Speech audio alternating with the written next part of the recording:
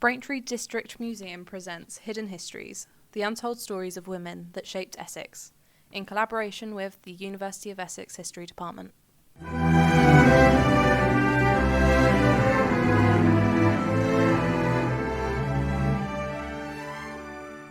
Hello, and welcome back to the Hidden Histories web series. I am Liam Cox, and today I'll be exploring the shocking story and impact of Louisa Nottidge.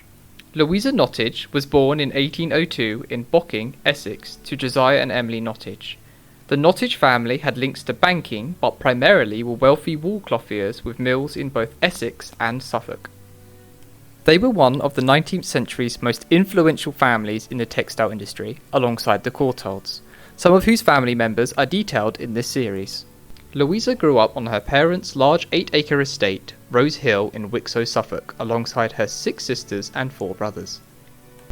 Her early life and education was directed significantly towards religion, reading religious texts almost exclusively and attending church on a daily basis. This would impact the family greatly, most notably when the Nottidge family came to the acquaintance of a rejected Church of England preacher, Henry John Prince. Louisa, alongside her 4 sisters, Harriet, Cornelia, Clara and Agnes, started to meet Prince at his Suffolk residence daily, regardless of their unimpressed parents who were not fond of Prince's teachings, which were in direct conflict with the church. Prince was eventually kicked from his church in Suffolk, and found himself in Brighton, where he started to foster his own religious sect, which became known as Agapemone, ancient Greek for abode of love. Louisa and her sisters followed him out of Brighton to settle in Spaxton, Somerset. Here, a substantial financial contribution from the Nottidge sisters allowed for them to build a communal living space as well as a chapel for services. This commune was also dubbed Agapemone.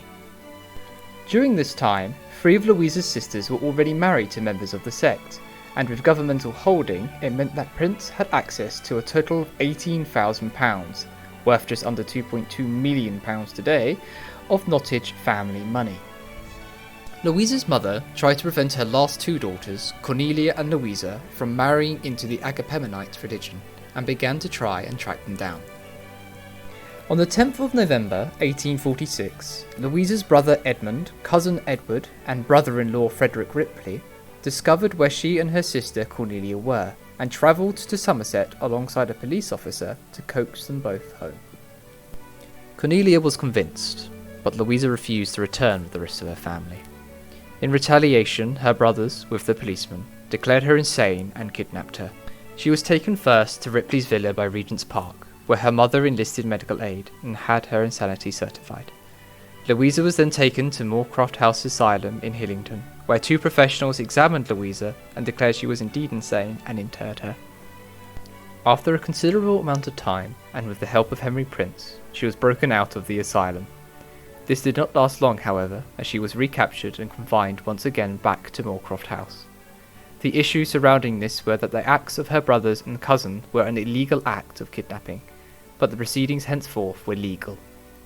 Controversy would follow rapidly, creating an issue of the legitimacy of her internment, and brought about great debate as to the processes that take place within the asylums. The infamous nature of the asylums also played a part in the controversy around her. The asylums of the 19th century were seen widely as places of cruelty and despotism, and the prevailing amount of them during this time were undermanaged and with very few ideas on how to treat mental illness. All this was already in debate even before Louisa was interred, but her confinement to an asylum alongside the influence of her name sparked the controversies further. With all this said, however, the debate surrounding asylums of the time sidelines the life of Louisa. Being all the more unfortunate with her life so closely tied to this conversation, many details about her life after her confinement are hard to find. Louisa would eventually be released from Moorcroft House in the May of 1848, and would go on to sue her brother, cousin and brother-in-law for abduction and false imprisonment. The case of Nottidge vs Ripley and another would be reported daily by the Times. Louisa would win the case with damages and return to Agapemone. Upon her return, she transferred all her personal wealth to Prince and remained at the commune until her death in 1858. But Louisa's life would become a crucial moment in the movements towards women's rights and the suffragette movement that followed.